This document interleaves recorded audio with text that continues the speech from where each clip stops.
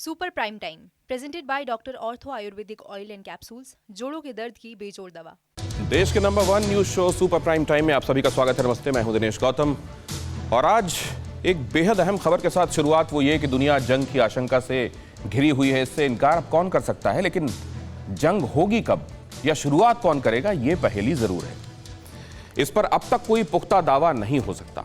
अमूमन दुनिया में बन रहे रोज नए तरह के समीकरणों से, बदलते हालातों से अनजान लोग कई बार विश्व युद्ध की कल्पना नकार देते हैं, लेकिन असल में ऐसा है नहीं। क्योंकि भले ही विनाशकारी जंग की शुरुआत का सिरा कहां है किसी को पता ना हो, लेकिन जंग तय है और मुमकिन है कि इसकी शुरुआत भी हो चुकी हो। और अगर आप अब तक इससे वाकिफ नहीं हैं तो वाकिफ हो जाइए। ये रिपोर्ट देखिए। महाविनाशक जंग की आशंका से घिरी दुनिया में हालांकि वर्ल्ड वॉर की शुरुआत इतनी आसान नहीं है, लेकिन इतना भी तय है कि जंग शुरू हो जाएगी और दुनिया इससे अनजान ही रहेगी। बारूदी चिंगारी विश्व युद्ध में तब्दील होने का एहसास दुनिया को तब होगा जब उनका अपना घर जल रहा होगा। इसीलिए हर हालात की तुलना विश्व युद्ध के मैदान से होनी चाहिए और इस वक्त हालात दुनिया भर में मौजूद युद्ध मामलों के जानकारों को सन्न कर देने वाले। जगह काला सागर, रूस की जंगी तैयारी, समंदर में भारी बमबारी। जंग की शुरुआत का इससे बड़ा सबूत कोई नहीं हो सकता। अंतर सिर्फ इतना है कि टारगेट अभी असली नहीं, बल्कि रूस ने डमी युद्धपोत बनाकर अभ्यास किया है। लेकिन यकीन मानिए, जिस दिन जंग की मुनादी होगी तबाही बिल्कुल ऐसी ही होगी। और सबसे ज्यादा चौंकाने वाली खबर यह है कि पिछले दिनों की हलचल के मुताबिक इस हाहाकारी जंग का मैदान यही काला समंदर होगा। अब सवाल यह है कि भूमध्य सागर के पास ब्लैक सी में जंग की चिंगारी उठी है तो रूस के निशाने पर मिडिल ईस्ट का कौन सा देश है और कौन सा नहीं। निशाने पर है वो देश जो नाटो का सदस्य ना होते हुए भी अमेरिका के साथ है, और बचेगा वो जो नाटो का होकर भी रूस के पाले में है। जंग के मुहाने पर अजीबोगरीब समीकरणों पर निर्भरता से एक एहसास ये भी हो रहा है कि आशंका के अनुरूप जंग की शुरुआत हो चुकी है, लेकिन अभी तक दुनिया इससे अनजान है। मुमकिन है कि जल्द ही इस जंग की चिंगारी दुनिया के हर देश के आसमान पर उड़े, और अगर ऐसा हुआ तो फिर विश्व युद्ध की घोषणा की जरूरत नहीं होगी। लेकिन यह आशंका उठी क्यों? इस आशंका का आधार समझ लो। घुटना, कंधा या कमर, चाहे जैसा हो दर्द, डॉक्टर ऑर्थो आपको देता है दर्द से पूरी आजादी, एक भरपूर जिंदगी। ये कोई टेम्परेरी पेन किलर नहीं, आयुर्वेदिक औषधि है। ब्लैक सी में बढ़ते तनाव के बीच में रूसी लड़ाकू विमानों ने दुश्मनों के डमी युद्धपोतों पर सटीक निशाना लगाकर युद्ध की तैयारियां की हैं। रूसी नौसेना ने बताया कि दक्षिणी जिले के फाइटर जेट्स की टीम के साथ मिलकर संयुक्त युद्धाभ्यास की ये तैयारियां की गई हैं। इस अभ्यास में जो हुआ, पहली नजर में उसमें चौंकाने वाला कुछ नहीं दिखा, लेकिन इस अभ्यास की टाइमिंग ने जंग का बवंडर खड़ा कर दिया। दरअसल इसी समय ब्लैक सी में नाटो देशों की सेनाएं भी लगातार युद्ध अभ्यास कर रही हैं। जानकारी बिल्कुल सही और सटीक है। जंगी रिहर्सल की खबर ने जितना नहीं चौंकाया, उससे कहीं ज्यादा चौंकाने वाला तथ्य एक्सरसाइज की टाइमिंग का है, जो इशारा है कि ब्लैक सी में रूस ने सीधे सीधे नाटो के सदस्य देशों के खिलाफ जंग छेड़ दी है। बस इस जंग को अभी तक जंग का नाम नहीं दिया गया है, क्योंकि अभी तक हमला सिर्फ डमी टारगेट पर हुआ है। लेकिन मुमकिन है कि अपना दबदबा बढ़ाने के लिए जानबूझकर कोई ऐसी हिमाकत हो जिसे गलती की आड़ में छिपाया जाए, लेकिन जंग की आधिकारिक शुरुआत के लिए वही हिमाकत भारी पड़ जाए, और इसके आसार ज्यादा लग रहे हैं। क्यों? आप भी समझिए। ब्लैक सी में रूस ने युद्धपोत तबाह करने की प्रैक्टिस की, डमी टारगेट पर बम गिराए और मिसाइल से हमले किए। रूसी नौसेना और वायुसेना के जेट्स ने बारूद बरसाए। रूस के Su-30SM और Su-24M ने नाटो को चुनौती दी। सुखोई Su-34 और Su-27 से शक्ति प्रदर्शन किए। और हैरानी की बात यह है कि इस एक्सरसाइज के दौरान ना तो ब्लैक सी से नाटो के सदस्य देशों ने अपनी सेना हटाई, न ही एक्सरसाइज रोकी।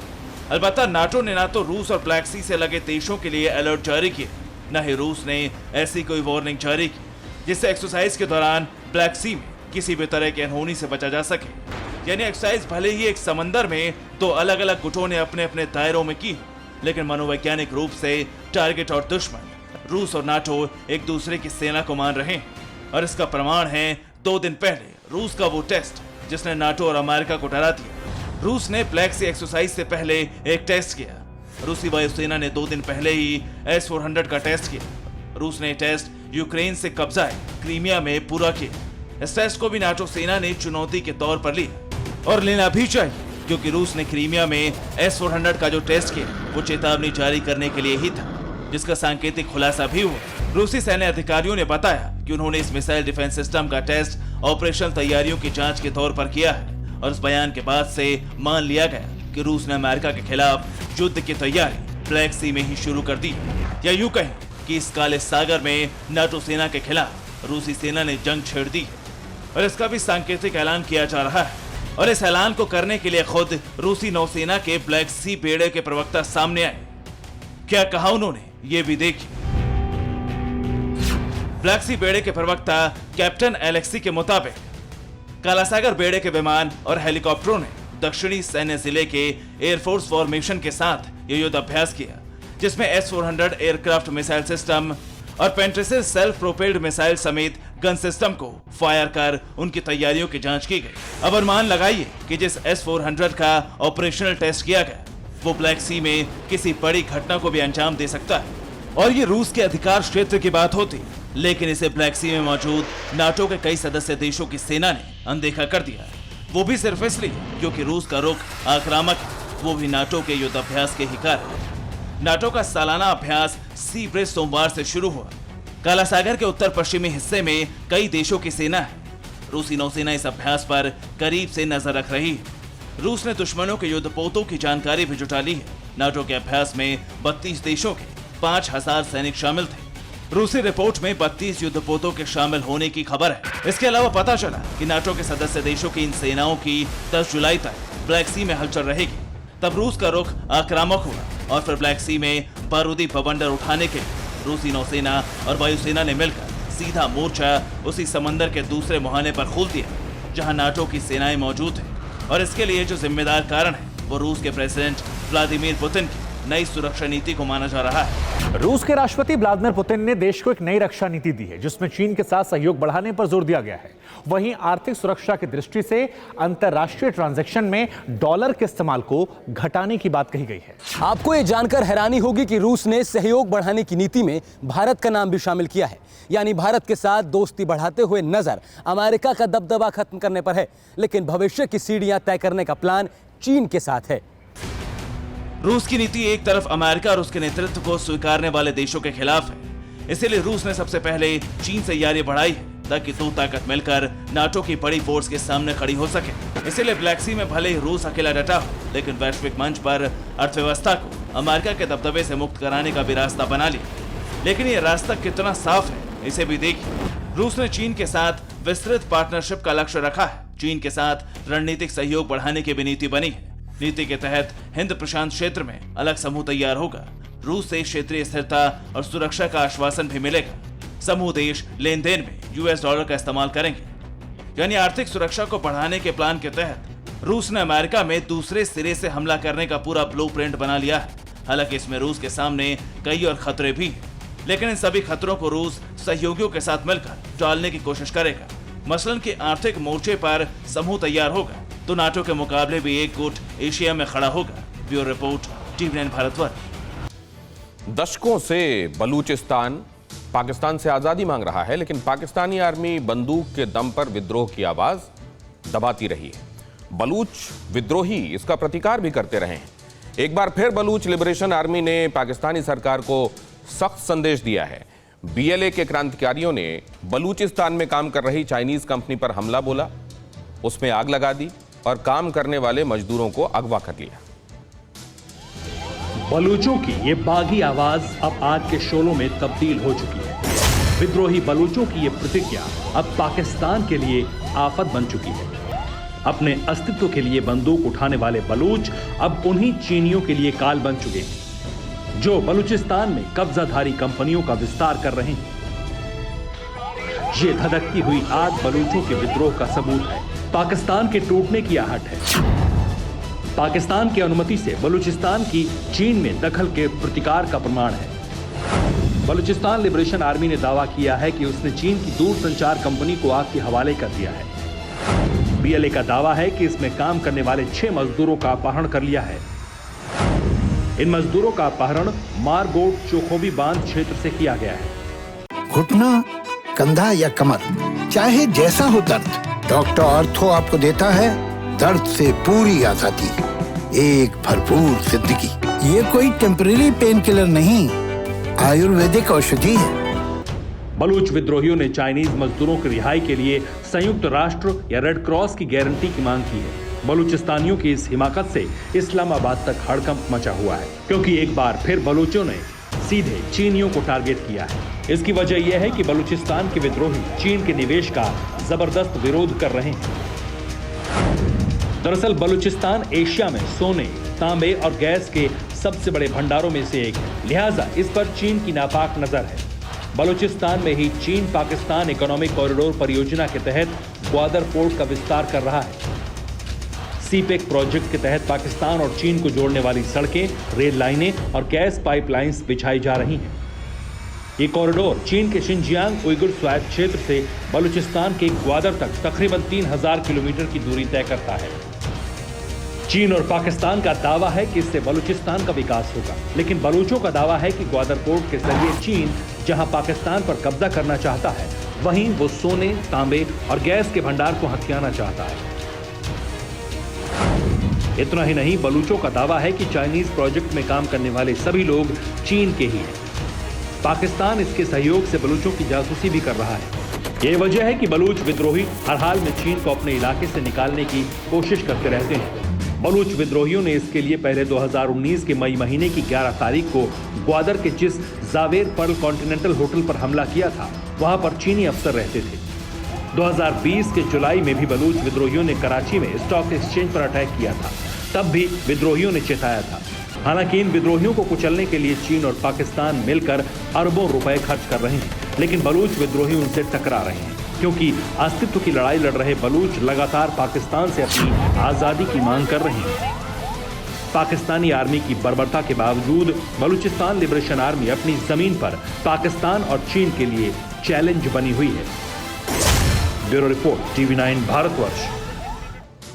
हिंदुस्तान की सेना पाकिस्तान के साथ लगने वाली लाइन ऑफ कंट्रोल पर जितनी एक्टिव रहती थी, पिछले 1 साल से चीन के साथ लगी लाइन ऑफ एक्चुअल कंट्रोल का भी वैसा ही हाल है। दोनों देशों की सेनाओं के बीच खूनी झड़प बेशक एक अतीत बनता जा रहा है, लेकिन वर्तमान तनाव से भरा हुआ है। दोनों देशों के सैनिकों की खामोशी के बीच LAC पर इन दिनों बहुत तेज हलचल है। लाल सेना के 50,000 जवानों की तैनाती के बाद हिंदुस्तान की तरफ से भी कोई कोर कसर नहीं छोड़ी गई। चीन की चालबाजियों को पल भर में कुचलने का इंतजाम कर लिया गया है। हवा से लेकर जमीन तक ऐसी मुस्तैदी कि चीन की सेना ने एक एक कंकड़ उछालने की भी हिमाकत की तो हिंदुस्तान की फौज बिजली कड़काने लगेगी। चीन का खूनी प्लान, LAC पर 50,000 जवान, LAC पर भयंकर तैयारी, हथियार की तैनाती भारी, LAC पर माहौल खराब, भारत देगा माकूल जवाब। 50,000 नई तैनाती इस पार, 1000 एक्स्ट्रा फोर्स उस पार, और बीच में बर्फ से ढके पहाड़, टैंक, तोप, मिसाइलें तैनात, भारी भरकम हथियारों का जखीरा मौजूद। इतना बम बारूद जमा हो चुका है कि LAC की खामोशी गगनभेदी धमाकों से गूंज उठेगी। खून खराबा हुआ तो इस बार बर्फ के नीचे इतनी आग बरसने वाली है कि चीन को उसकी हैसियत और भारत की ताकत का अंदाजा हो जाएगा। बार बार घुसपैठ करने वाले लाल सैनिकों ने एक कदम भी हमारे इलाके में रखा तो तोप से गोलों की बारिश हो जाएगी। चीन ने हेकड़ी दिखाई तो राफेल आसमान से कहर बरपाएगा। दोनों तरफ ऐसे हथियार तैनात हैं कि युद्ध इतना भयानक होगा कि दुनिया सदियों तक याद रखेगी। चीन कितनी बड़ी साजिश रच रहा है, बातचीत कितना बड़ा दिखावा है, जिनपिंग का डेंजरस फ्यूचर प्लान का अंदाजा आज आपको हो जाएगा। लेकिन पहले यह जान लीजिए कि इस बार भारतीय फौज इंतजार नहीं करेगी। एक भी गलती हुई तो भयंकर प्रहार होगा। चीन से निपटने के लिए भारत के सैनिकों की तैनाती अब 2 लाख के करीब है। चीन के कितने सैनिक उस पार हैं, इसका सही आंकड़ा नहीं मिला, लेकिन भारत की तैयारी इस बार पुख्ता है। चीन की हर हरकत पर नजर रखने वाली एजेंसियों को जैसे ही पता चला कि LAC पर चीन ने सैनिकों की तैनाती को बढ़ा दिया है, भारत ने भी फॉरवर्ड लोकेशंस पर सैनिकों को भेजना शुरू कर दिया। चीन की मंशा का अंदाजा इसी बात से लगाया जा सकता है कि पिछले साल गलवान में मुंह की खाने के बाद करीब 35,000 जवानों की तैनाती की गई थी। लेकिन अब जब बातचीत के कई दौरों के जरिए तनाव को खत्म करने का दिखावा चल रहा है, चीन की लाल सेना ने पिछले साल के मुकाबले 15,000 ज्यादा यानी 50,000 सैनिकों की तैनाती कर दी। चीन को जवाब देने के लिए भारत ने भी LAC पर सैनिकों की भारी तैनाती की है। लद्दाख में एक्स्ट्रा स्ट्राइक कॉर्प्स तैनात किए गए। मथुरा की 1 स्ट्राइक कॉर्प्स को लद्दाख भेजा गया। 17 माउंटेन स्ट्राइक कॉर्प्स में 10,000 से भी ज्यादा जवान भेजे गए। राफेल के साथ MiG-29 अब चंद मिनटों में LAC पर पहुंच जाएगा। राफेल के दूसरे स्क्वाड्रन को भी ऑपरेशन के लिए तैनात किया जा सकता है। अपाचे हेलीकॉप्टर्स भी LAC के करीब तैनात हैं। ये हेलीकॉप्टर किसी भी घुसपैठिए टुकड़ी को पल भर में खत्म कर सकते हैं। भारत का दूसरा महाविध्वंसक चिनूक भी LAC पर ही मौजूद है। यह हेलीकॉप्टर हमला करने के साथ ही सैनिकों की टुकड़ी को किसी भी पॉइंट पर आसानी से पहुंचा सकता है। भारी हथियारों को ढोने में सक्षम यह हेलीकॉप्टर भारतीय सेना को LAC के किसी भी पॉइंट पर बेहद कम समय में बहुत ज्यादा ताकतवर बना सकता है। LAC पर इस बार न सैनिकों की कमी छोड़ी गई है, न ही हथियारों की। T-20 भीष्म टैंक की तैनाती की गई है। पिनाका रॉकेट भी LAC पर तैनात है। K9 तोप से जवाब देने की तैयारी है। सेना के पास M777 आर्टिलरी गन है। Spice 2000 air to ground missiles की तैनाती है। 300 और 320 Spike long range anti guided missiles भी तैनात की जा रही हैं। एक्सपर्ट्स इसे डेंजरस सिचुएशन इसलिए कह रहे हैं क्योंकि जब भी दुनिया में दो देशों की फौज इस तरह आमने सामने आई है, जंग का खतरा बेहद बढ़ जाता है। चीन की सेना की हर मूवमेंट का पता लगाने वाले एजेंसियों की रिपोर्ट के मुताबिक पीपल्स लिबरेशन आर्मी ने हाल ही में तिब्बत से अपनी एक्स्ट्रा फोर्स को शिनजियांग सैन्य कमांड में शिफ्ट कर दिया है। LAC पर बम प्रूफ बंकर हाउस बनाए गए हैं। सूत्रों के मुताबिक चीन लॉन्ग रेंज के हथियार, टैंक, रॉकेट, रेजिमेंट और फाइटर जेट्स भी तैनात कर रहा है। दोनों देश बातचीत के जरिए अपने विवादों को सुलझाने में लगे हैं, लेकिन सीमा को लेकर दोनों देशों का विवाद बरसों पुराना है। चीन की विस्तारवादी सोच हमेशा से हावी रही है। अब भारी तैनाती के बीच दोनों देशों की सेनाओं की गश्तें बढ़ने लगी हैं।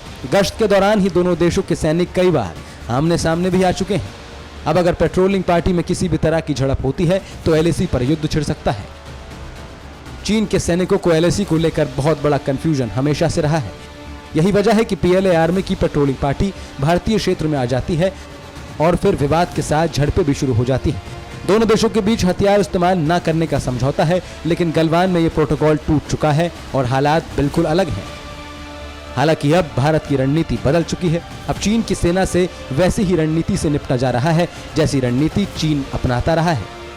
यही वजह है कि भारत अब डिफेंसिव की जगह अटैकिंग नजर आ रहा है और चीन की बेचैनी बढ़ती जा रही है। जिनपिंग बाजवा के दम पर जिस तरह से भारतीय फौज को उलझाए रखना चाहते थे, वो स्ट्रैटेजी भी काम नहीं आ रही। चीन समझ चुका है कि अब भारत के लिए LOC और LAC एक जैसी हो चुकी है। पिछले दिनों LOC पर तैनात सैनिकों को भी LAC पर शिफ्ट किया गया है। जिनपिंग समझ चुके हैं कि अब भारत के लिए पाकिस्तान कोई बहुत बड़ा खतरा नहीं रह गया और आतंक से लड़ने की तैयारी इतनी पुख्ता है कि भारतीय सेना को अब LOC पर बहुत बड़ी तादाद में मौजूद रहने की कोई जरूरत नहीं है।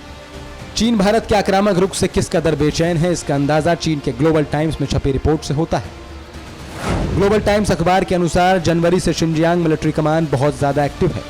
LAC पर टाई 15 श्रेणी के लाइट टैंक तैनात किए गए थे। दूर तक मारक क्षमता रखने वाले रॉकेट लॉन्चर और एयर डिफेंस सिस्टम को भारत से लगी सीमा पर तैनात करना शुरू कर दिया था। इसके अलावा शिनजियांग के लूप नोर में एक सीक्रेट एयरबेस को भी बहुत तेजी से बनाया जा रहा है। इस सीक्रेट मिशन को चीन ने एरिया 51 नाम दिया। ये एयरबेस भारत के लेह एयरबेस से केवल 1300 किलोमीटर की दूरी पर है, लेकिन सैटेलाइट की वजह से चीन का ये सीक्रेट मिशन आउट हो चुका है।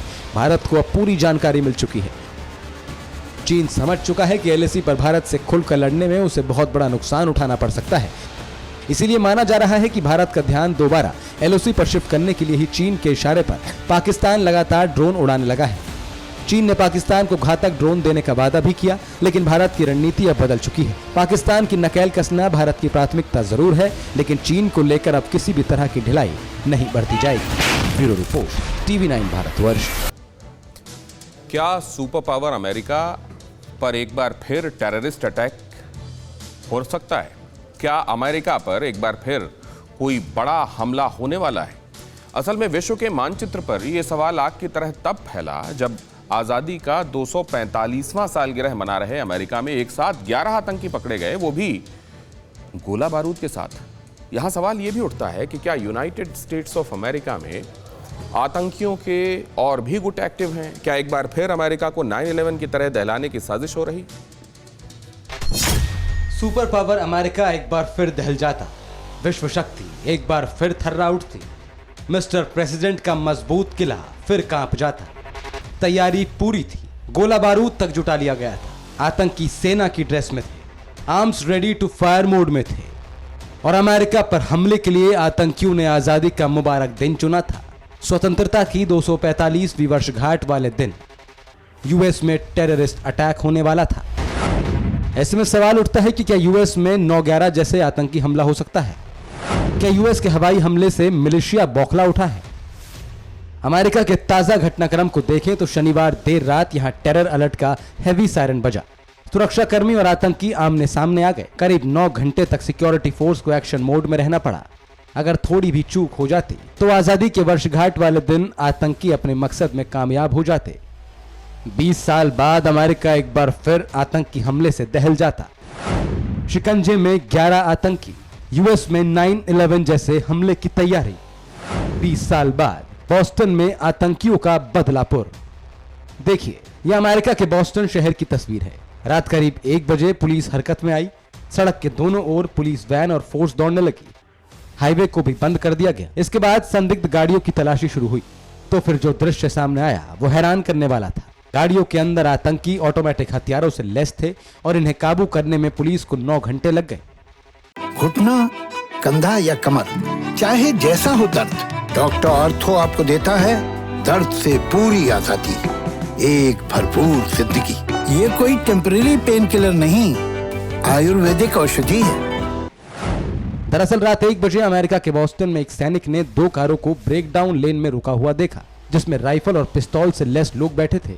इन्होंने पुलिस को बताया कि वो राइज ऑफ मूड्स के सदस्य हैं, जो ट्रेनिंग के लिए रोड आइलैंड से मेन की यात्रा कर रहे हैं। लेकिन जब पुलिस ने इनसे पहचान पत्र और हथियारों की परमिट मांगे तो ये जंगल में बिखर गए, जिसके बाद पुलिस ने राजमार्ग को बंद कर दिया और आतंकियों को शांतिपूर्ण तरीके से सरेंडर करने को कहा। लेकिन संदिग्धों के बिखर जाने के कारण कई राउंड की बातचीत करनी पड़ी, जिसके बाद सुबह 2 लोगों को हिरासत में ले लिया गया। सुबह 10 बजे के बाद 7 और लोगों को पकड़ा गया। कुछ देर बाद 2 और लोगों को पुलिस ने दबोचा। इस तरह कुल 11 आतंकी गिरफ्तार किए गए। जानकारी के मुताबिक अमेरिका में पकड़े गए सभी आतंकी मिलिशिया के सदस्य हैं। अब सवाल उठता है कि ईरान समर्थित मिलिशिया अमेरिका के खिलाफ इतनी बड़ी साजिश क्यों रच रहा है। बताया जाता है कि हाल ही में अमेरिका ने इराक और सीरिया में मिलिशिया के खिलाफ ताबड़तोड़ हवाई हमले किए हैं। अमेरिकी मीडिया के अनुसार पेंटागन ने F-15 और F-16 लड़ाकू विमानों से सीरिया में 2 जगह और इराक में 1 जगह पर टारगेटेड ऑपरेशन और वेपन स्टोरेज को निशाना बनाया। अमेरिका ने यह हमले इसलिए किए क्योंकि इराक में अमेरिकी सेना के खिलाफ मिलिशिया ने ड्रोन अटैक किए थे। सीरिया में अमेरिकी सैनिकों पर रॉकेट बरसाए थे, जिसके बाद अमेरिका की सेना भी हरकत में आई और उसने जवाबी कार्रवाई में सीरियाई गुटों के खिलाफ भी अपनी तोपों का मुंह खोल दिया। अमेरिका के इस करारे पलटवार से ईरान समर्थित मिलिशिया बौखला उठा है। इस बौखलाहट में मिलिशिया के लड़ाकों ने अमेरिका को दहलाने के लिए आजादी का मुकद्दस दिन चुना। हालांकि पुलिस ने वक्त रहते 11 लोगों को दबोच लिया है। लेकिन खतरा अभी टला नहीं है, क्योंकि अमेरिका के एक्शन से मिलिशिया तिलमिलाया हुआ है। हो सकता है कि अभी कई आतंकी अमेरिका में छुपे हों और सुपर पावर को दहलाने की योजना पर काम कर रहे हों। Bureau report, TV9 Bharatvarsh. Corona एक बार फिर लौट रहा है। दुनिया के 100 से ज्यादा देशों में कोरोना के डेल्टा वेरिएंट ने दस्तक दे दी है। तुर्की, इंडोनेशिया, इराक जैसे एशियाई देशों में फिर से कोरोना का कहर बढ़ने लगा है। ईरान में भी कोरोना की 5वीं लहर की आहट सुनाई पड़ने लगी है।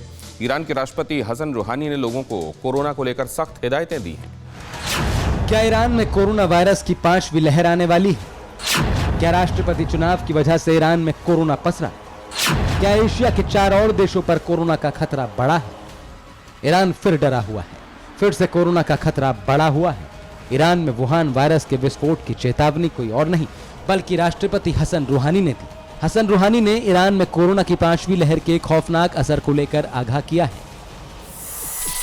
उन्होंने कहा कि अगर स्थिति को लेकर सावधानी नहीं बरती गई तो देश को कोविड-19 की 5वीं लहर का सामना करना पड़ सकता है। हसन रूहानी ने एक इंटरव्यू के दौरान कहा कि अगर देश के लोग स्वास्थ्य प्रोटोकॉल का पालन सख्ती से नहीं करेंगे तो पूरा देश कोरोना की 5वीं लहर का सामना कर सकता है। उन्होंने बताया कि एक रिपोर्ट के मुताबिक देश के सिर्फ 69% लोग कोरोना संबंधित सावधानियों का पालन कर रहे हैं। डेल्टा वेरिएंट दक्षिण और दक्षिण पूर्व के देशों से हमारे देश में आया। इसको फैलने से रोकने के लिए हमें सावधान रहना चाहिए। रूहानी की इस चेतावनी के बाद से ईरान में कोरोना का खौफ और ज्यादा बढ़ चुका है। ईरान के स्वास्थ्य विभाग ने तेहरान समेत 91 अन्य शहरों और कस्बों को हाई रिस्क वाले रेड जोन घोषित कर दिया। ईरान में आंतरिक यात्रा प्रतिबंध, गैर जरूरी व्यवसायों को बंद करने और राजधानी में कर्मचारियों की उपस्थिति को 30% तक सीमित करने का आदेश जारी किया गया। क्योंकि ईरान की कुल आबादी करीब 83 लाख है और देश में अब तक कोरोना संक्रमण के कारण 84,627 मौतें दर्ज की गई हैं, जो कि मिडिल ईस्ट के देशों में सबसे अधिक है। हालांकि सिर्फ ईरान में ही कोरोना देहरी पर नहीं खड़ा, इराक, तुर्की, फिलीपींस और इंडोनेशिया में भी स्थिति बेहद खराब है। इंडोनेशिया में भी कोरोना वायरस का डेल्टा वेरिएंट इंडोनेशिया में तेजी से फैल रहा है और सरकार ने 20 जुलाई तक देश के कई हिस्सों में लॉकडाउन लागू कर दिया है। एशिया महाद्वीप में इंडोनेशिया चौथा ऐसा देश है जहां सबसे ज्यादा कोरोना के मामले सामने आए हैं। ऐसे ही तुर्की में भी स्थिति बिगड़ रही है। तुर्की की स्थिति बेहद खराब है। तुर्की में अब तक कोविड-19 के 54 लाख से अधिक मामले सामने आ चुके हैं और लगभग 50,000 लोगों की मौत हो चुकी है। इस वक्त भी तुर्की में 80,000 से ज्यादा एक्टिव केस हैं। डेल्टा वेरिएंट के खतरे को देखते हुए तुर्की ने हाल ही में बांग्लादेश, ब्राजील, दक्षिण अफ्रीका, भारत, नेपाल और श्रीलंका से आने वाली उड़ानों पर प्रतिबंध लगा दिया। कोरोना के खिलाफ वैक्सीनेशन की धीमी रफ्तार ने देश की समस्याओं को बढ़ा दिया है। 4 करोड़ की आबादी वाले इराक में डेल्टा वेरिएंट के मामले भी बढ़ रहे हैं, जबकि फिलीपींस में भी अभी तक देश में डेल्टा वेरिएंट का कोई मामला सामने नहीं आया, लेकिन डर बरकरार है। इराक की सरकार ने पाकिस्तान, श्रीलंका, बांग्लादेश, नेपाल, ओमान और संयुक्त अरब अमीरात से आने वाले सभी लोगों के लिए यात्रा प्रतिबंध 15 जुलाई तक बढ़ा दिया है। जाहिर है कि कोरोना फिर से लौट रहा है, लोगों को डरा रहा है। दुनिया भर में 100 से अधिक मुल्कों तक डेल्टा वेरिएंट ने दस्तक दे दी है। ऐसे में वैक्सीनेशन के साथ साथ सतर्कता ही जिंदगी बचा सकती है। अफगानिस्तान में अमेरिकी सेना तालिबान के आतंकियों से लड़ रही थी, लेकिन क्या आप सोच सकते हैं कि अमेरिकी फौज ही अब तालिबान को भयंकर हथियार देकर मजबूत कर रही है? पिछले कुछ दिनों में तालिबान के आतंकियों को अमेरिकी बख्तरबंद गाड़ियां मिली। अमेरिकी होवित्जर तोप से आतंकी लैस हो चुके हैं। अब तालिबानी ग्रुप कहीं मूव करता है तो ऐसा लगता है जैसे अमेरिकी फौज की टुकड़ी आ रही।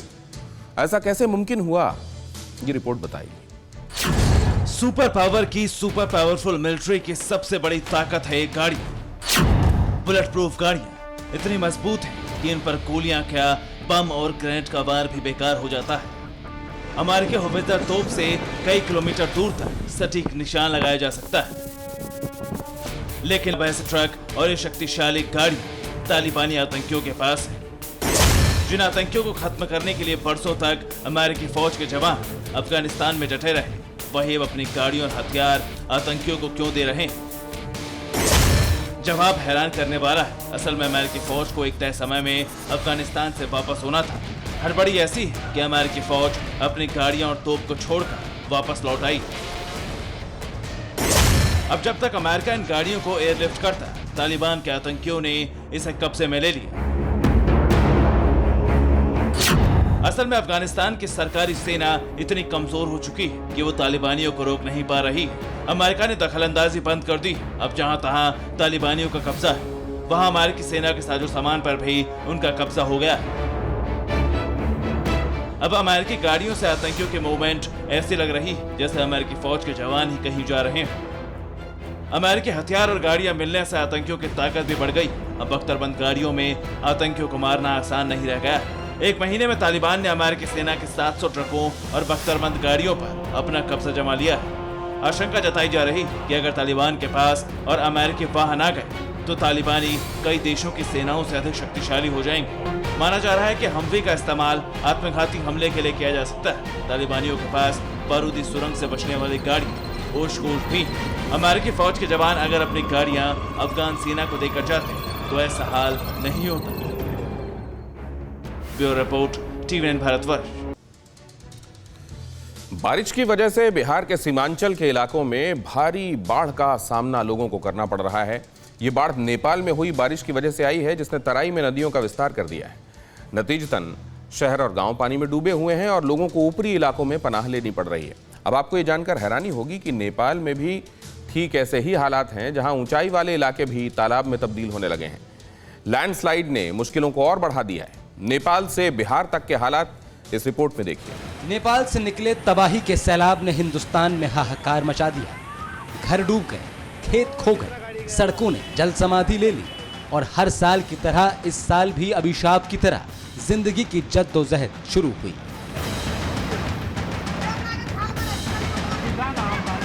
नेपाल से लगे बिहार के जिलों में हजारों लोगों की जिंदगी पर भयंकर बाढ़ आफत बनकर टूटी, लेकिन सबसे बड़ा संकट इस बार नेपाल में भी खड़ा हुआ, जहां बारिश की वजह से न सिर्फ बाढ़ ने हाहाकार मचाया बल्कि लैंडस्लाइडिंग के कारण कई लोगों की जान चली गई,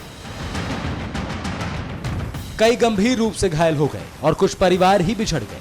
भारत की तस्वीरें देखने से पहले जानिए नेपाल के मौजूदा हालात। लैंडस्लाइडिंग और बाढ़ से हाहाकारी हुए हालातों की इन तस्वीरों को देखिए। न सड़क नजर आ रही है, न ही पगडंडियां। पहाड़ों से उतरे पानी और लगातार हो रही बारिश ने इस कदर हाहाकार मचा दिया है कि पठारी इलाकों में भी बसा ये शहर तालाब में तब्दील हो गया। तस्वीरें देखिए, गाड़ियां बह गई, इंसान पानी की तेज धार के सामने बेबस हो गया। कई लोगों की जिंदगी चली गई। बारिश के बीच हुई लैंडस्लाइडिंग ने नेपाल के ज्यादातर हिस्सों में ऐसा ही कोहराम मचाया हुआ है।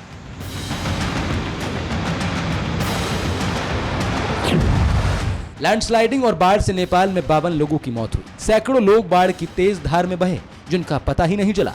सैकड़ों लोग घायल अवस्था में अस्पतालों में भर्ती किए गए। हालांकि राहत और बचाव के लिए नेपाल आर्मी ने कमान संभाली है, लेकिन हालात इतने भयानक हो चुके हैं कि अब इन पर काबू पाना कुदरत के ही हाथ है। ज्यादातर भारत की सीमा से लगे नेपाल के जिलों में हादसे हुए हैं, जिससे कई इलाकों को जोड़ने वाले पुल ध्वस्त हो गए। सैकड़ों घर बह गए और मवेशियों को भी भारी नुकसान हुआ है। और इसी बाढ़ का असर नेपाल से लगे बिहार के इलाकों पर भी पड़ा।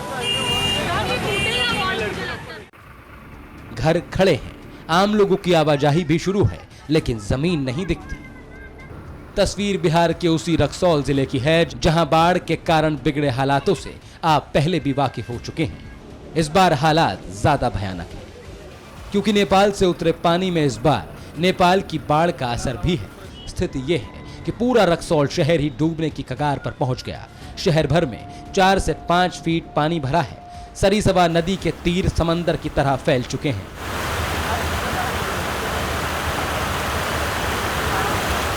अब एक दूसरी नदी के क्षेत्र की स्थिति देखिए। इतने हाहाकारी हालातों के बावजूद लोग अपने कामों में जुटे हैं। नदी की स्थिति को देखते हुए लोगों ने निचले इलाकों से ऊपरी इलाकों में डेरा जमाने की कोशिश की है, क्योंकि इस बार सुगोली की भवानीपुर में सिखरना नदी में फिर से कटाव शुरू हुआ है और ये नदी घरों को भी अपने साथ लेकर जा रही है, जिससे ग्रामीण दहशत में हैं। यहाँ तक कि लोग जान हथेली पर लेकर दरिया पार करने को भी मजबूर हो चुके हैं।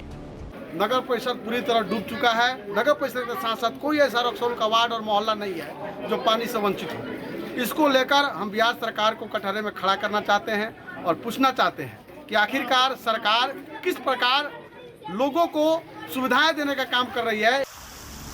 रक्सौल की तस्वीर देखने के बाद हालात मुजफ्फरपुर के देखिए। नेपाल से लेकर बिहार के शहरी इलाकों के हालातों में आपको ज्यादा फर्क नजर नहीं आ रहा होगा। अब स्थिति का अनुमान लगाइए। इस जिले के कटरा, औराई, गायघाट समेत कई गांव जलमग्न हो चुके हैं।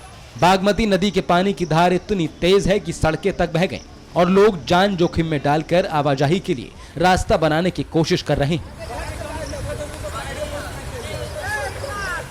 बागमती नदी का पानी जिले के प्रखंडों के 40 से ज्यादा गांवों में बह रहा है, या यूं कहें हर घर के अंदर तक बह रहा है। इसीलिए ज्यादातर लोग बेघर हो चुके हैं। आवागमन ठप है। नाव के सहारे जिंदगी पानी पर तैर रही है। अब तस्वीर नेपाल से सटे बिहार के शिवहर जिले की देखिए। नेपाल का तराई क्षेत्र वाला यह जिला बागमती नदी के रौद्र रूप से कांप रहा है। नेपाल में हुई भारी बारिश के कारण नदी के पानी ने हाहाकारी रूप धारण किया और पिपराही क्षेत्र के बेलवा में डैम के लिए बने सुरक्षा तटबंध तक को फानूस की तरह उड़ाता चला गया। नतीजतन पुरानी धारा भी शुरू हुई। शिवहर की तरफ तेज बहाव से पानी आना शुरू हुआ और गांव-गांव तक पानी समा गया। यहां भी स्थिति ठीक दूसरी तराई वाले जिलों की ही तरह, जहां जमीन नहीं बल्कि सिर्फ पानी नजर आता है। स्टेट हाईवे पर भी 20 फीट तक पानी का बहाव दर्ज किया जा रहा है। Bureau report, TV9 Bharatvarsh. और अब बात फिलीपींस में बड़े विमान हादसे की। साउथ फिलीपींस में सेना का एक प्लेन लैंड करते समय क्रैश हो गया। बताया जाता है कि इस विमान में 92 सैन्य कर्मी सवार थे, जिनमें से 29 लोगों की मौत की खबर है। करीब 50 लोगों को बचा लिया गया है, उन्हें अस्पताल में दाखिल कराया गया है। अब भी फिलीपींस आर्मी के कई जवानों की सलामती के लिए दुआएं हो रही हैं। धू धू कर जलता विमान और धुआं धुआं आसमान। फिलीपींस का सैन्य विमान क्रैश, मलबे में जिंदगी की तलाश। ये दर्दनाक तस्वीरें फिलीपींस के सुलू प्रांत के जुलू द्वीप की हैं, जहां पहाड़ी कस्बे पार्टिकल के पास स्थित एक गांव में लैंडिंग के वक्त फिलीपींस एयरफोर्स का विमान क्रैश हो गया, जिसके बाद आग की लपटें और धुएं के गुबार के बीच चीख पुकार मच गई। मलबे से लोगों को रेस्क्यू किया जाने लगा, लेकिन 29 सैनिकों की जान नहीं बचाई जा सकी। दरअसल फिलीपींस सेना का C-130 विमान सैन्य दल के 92 लोगों को फिलीपींस के दक्षिणी शहर कागायान डी ओरो ले जा रहा था, लेकिन ये विमान रनवे पर लैंड करने से चूक गया और पायलट फिर से लैंड करने का प्रयास कर रहे थे। तभी आर्मी प्लेन पेड़ से टकराकर दुर्घटनाग्रस्त हो गया। प्लेन के परखच्चे उड़ गए, प्लेन के इंजन से आग की लपटें उठने लगी और पूरा जोलो आइलैंड धुएं से फट गया। इस बीच रेस्क्यू ऑपरेशन शुरू हुआ तो एक एक कर करीब 30 लोगों की डेड बॉडी निकाली गई। हालांकि 50 से ज्यादा लोगों को सुरक्षित भी निकाल लिया गया, उन्हें अस्पताल पहुंचाया गया। बताया जाता है कि विमान में सवार अधिकतर लोग हाल ही में आर्मी ट्रेनिंग लेकर ग्रेजुएट हुए थे और मुस्लिम बहुल क्षेत्र में आतंकवाद से लड़ने वाले संयुक्त कार्यबल के हिस्से के रूप में इस ऐशान द्वीप पर इनकी तैनाती की जा रही थी। Bureau report, TV9 Bharatvarsh. Britain में भी कोरोना ने जबरदस्त वापसी की है। डेल्टा वेरिएंट ने फिर से कहर बरपाना शुरू कर दिया है। पिछले एक हफ्ते में 50,000 से ज्यादा नए मामले सामने आ चुके हैं। इस वक्त भी ब्रिटेन में 4 लाख से ज्यादा कोरोना के एक्टिव पेशेंट्स हैं। बावजूद इसके लोग सड़कों पर जश्न मना रहे हैं। पुलिस की सख्ती के बावजूद लोग किस तरह बेलगाम हैं, इस रिपोर्ट में देखिए। वायरस विस्फोट के बीच जश्न की तस्वीरें इंग्लैंड की। ये उत्सव उस शहर का है जहां कोरोना फिर कहर बरपा रहा है। देह से दूरी की सारी थ्योरी ध्वस्त हो चुकी है। लोग कूद रहे हैं, हॉल के अंदर भी, रेस्टोरेंट में भी और सड़क पर भी। जश्न मना रहे बेलगाम लोगों को भगाने के लिए पुलिस सड़क पर खड़ी है। लोगों को घसीट घसीट कर पुलिस ले जा रही है। इसके बावजूद कोरोना से बेखौफ होकर लोग कूद रहे हैं। दरअसल ये यूरो कप का असर है। फुटबॉल के दीवाने इंग्लैंड का मैच देखने के लिए जुटे थे। भीड़ बढ़ गई, फिर जो हुआ वो आपके सामने है। और ऐसी स्थिति सिर्फ एक या दो जगह पर नहीं, बल्कि कई जगहों पर लोग हर बैरियर को तोड़कर कोरोना कैरियर बनते रहे। ये स्थिति तब है जबकि ब्रिटेन में कोरोना वायरस के डेल्टा वेरिएंट से संक्रमण के मामलों में लगातार बढ़ोतरी हो रही है। नए आंकड़ों के मुताबिक पिछले एक महीने में कोरोना से 50,824 नए लोग संक्रमित हुए। इससे पहले हफ्ते के मुकाबले डेल्टा स्वरूप से संक्रमण के मामलों में 46% की वृद्धि हुई है। कोरोना का डेल्टा वेरिएंट डरा रहा है। इसके बावजूद लोग सरेआम जश्न मना रहे हैं। जाहिर है कि ये तस्वीर ब्रिटेन के लिए खतरनाक है, क्योंकि वर्ल्ड कोरोना मीटर में 7वें नंबर पर स्थित ब्रिटेन में इस वक्त भी 4 लाख से ज्यादा कोरोना के मरीज हैं। लोगों की जिंदगी पर अदृश्य बीमारी भारी है, लेकिन लोग वायरस संवाहक बने हुए हैं। फुटबॉल खेल के नाम पर सारी सीमाओं को तोड़ रहे हैं। ऐसे में जब कोरोना का डेल्टा वेरिएंट बेकाबू हो चुका है, ये स्थिति ब्रिटेन के हालातों को और बिगाड़ सकती है। Report, TV9 Bharatvarsh. Corona virus ने सिर्फ इंसानों को ही संक्रमित नहीं किया, बल्कि कई ऐसे जानवर भी हैं जो इसकी चपेट में आए और इलाज के बाद ठीक हुए। ऐसे में ज़रूरी है कि इंसानों के साथ जानवरों को भी कोरोना से बचाने के उपाय किए जाएं। अमेरिका में इस मुहिम की शुरुआत हो चुकी है। सैन फ्रांसिस्को बे एरिया के चिड़ियाघर में बाघ, भालू और ऊद बिलाव को प्रयोग के तौर पर कोरोना का टीका लगाया गया। जंगल का राजा शेर हो या खूंखार शिकारी बाघ, कोरोना ने किसी को नहीं बख्शा। जमीन पर रहने वाला भालू हो या ज्यादातर समय पानी में रहने वाला ऊद बिलाव, कोरोना का संक्रमण हर तरह के जानवरों में पाया गया। जब इंसानों के लिए कोरोना की वैक्सीन तैयार हुई, तभी से जानवरों के लिए टीका बनाने पर भी काम शुरू किया गया था। अमेरिका में इसकी टेस्टिंग शुरू हो गई। अमेरिका में अब जानवरों को कोरोना से बचाने का अभियान शुरू हुआ है। सैन फ्रांसिस्को के चिड़ियाघर में बाघ, भालू और ऊद बिलाव को कोरोना की वैक्सीन दी गई है। टीका न्यू जर्सी की एक पशु दवा कंपनी जॉयटिस ने तैयार किया। ऑकलैंड चिड़ियाघर में 2 बाघों पर इसका टेस्ट भी किया जा चुका है। चिड़ियाघर में जानवरों को एक दूसरे से दूर रखा जा रहा है। इसके लिए खास तरह के बाड़ लगाए गए हैं। कर्मचारियों को भी अब खास ड्रेस दी गई है। टीका बनाने वाली कंपनी ने अमेरिका के 27 राज्यों में 70 से अधिक चिड़ियाघरों के पशुओं के लिए 11,000 से भी अधिक टीके की खुराक दान की है। अमेरिका में गोरिल्ला, बाघ, शेर, बिल्ली और कुत्तों में कोरोना वायरस संक्रमण की पुष्टि भी हुई थी। तभी से एनिमल वैक्सीन बनाने का काम भी शुरू कर दिया गया था। Bureau report, TV9 Bharatvarsh. चीन करीब 70 साल से अपने यहाँ एक नस्ल को मिटाने के पीछे पड़ा है और वो हैं उइगर मुसलमान। रिपोर्ट्स के मुताबिक वहां उइगरों को मस्जिदों में नमाज पढ़ने की मनाही है, औरतों के बुर्का पहनने पर पाबंदी है, पुरुषों को दाढ़ी रखने की इजाजत नहीं है। यानी उइगरों से धार्मिक, आर्थिक, सांस्कृतिक हर तरह की आजादी छीनी जा रही है। और अब एक नई रिपोर्ट में दावा किया गया है कि चीन विदेशों में रह रहे उइगरों का भी उत्पीड़न कर रहा है। विश्व के 30 देशों में प्रवासी उइगर चीन की क्रूरता के शिकार हो रहे हैं। चीन में 2 करोड़ मुसलमानों पर घोर अत्याचार, बीजिंग के टॉर्चर से 2 करोड़ आबादी में हाहाकार, महिलाओं में बलात्कार का खौफ, पुरुषों में नपुंसक बनने का डर और बच्चों से छिनता घर परिवार। रिपोर्ट्स के मुताबिक पिछले करीब 2 दशकों से जिनजियांग प्रांत में बीजिंग का दमन बेहद बढ़ चुका है। बताया जाता है कि चीन में 18 लाख उइगर मुसलमान कैद हैं। 10 लाख मुसलमानों को बंदी कैंपों में रखा गया है और इनसे बंधुआ मजदूरों की तरह काम लिया जाता है। पिछले 3 सालों में 10 से 15 हजार मस्जिदें जिनजियांग प्रांत में नष्ट की जा चुकी। लेकिन सवाल उठता है कि चीन की इतनी क्रूरता के बावजूद मुस्लिम देश इसका मजबूत विरोध क्यों नहीं करते। और अब तो एक नई रिपोर्ट में दावा किया गया है कि चीन के विदेशों में रह रहे उइगरों का उत्पीड़न विश्व के 30 देशों तक फैल गया। वॉइस ऑफ अमेरिका के रिपोर्ट में बताया गया कि इनमें से 28 देश ऐसे हैं जो चीनी उइगरों के उत्पीड़न और उन्हें डराने धमकाने में भी शामिल है। इस रिपोर्ट के मुताबिक चीन दूसरे देशों में रहने वाले उइगरों को डराने के लिए जिन तरीकों का इस्तेमाल करता है उनमें स्पाईवेयर और हैकिंग से लेकर इंटरपोल से रेड नोटिस का जारी करना भी शामिल है। चीन ने तरीके वर्ष 2017 के बाद से अपनाए ताकि विदेशी असंतोष को शांत किया जा सके। इस रिपोर्ट को तैयार करने वाले ऑक्सिस सोसाइटी के रिसर्च डायरेक्टर ब्रैडली जॉर्डन ने बताया कि चीन ने जिन्हें टारगेट किया उनमें से अधिकांश उइगर हैं। पाकिस्तान, मिस्र, सऊदी अरब और तुर्की समेत दूसरे मुस्लिम बहुल देशों में रह रहे हैं। इनमें से कुछ देशों में तो कमजोर अल्पसंख्यकों के लिए कोई सुरक्षा कानून भी नहीं। इसी कारण चीन के वैश्विक धमकी अभियान के लिए मध्य पूर्व के देश उपजाऊ जमीन बन गए हैं। उइगरों पर अत्याचार के बावजूद मुस्लिम देश चीन से प्रेम क्यों करते हैं? इसका अहम कारण यह बताया जाता है कि दुनिया के ज्यादातर मुस्लिम देश संपन्न देशों की आर्थिक स्थिति के मोहताज। फिक्र आपकी, सोमवार से शुक्रवार रात 9 बजे सिर्फ TV9 भारतवर्ष पर।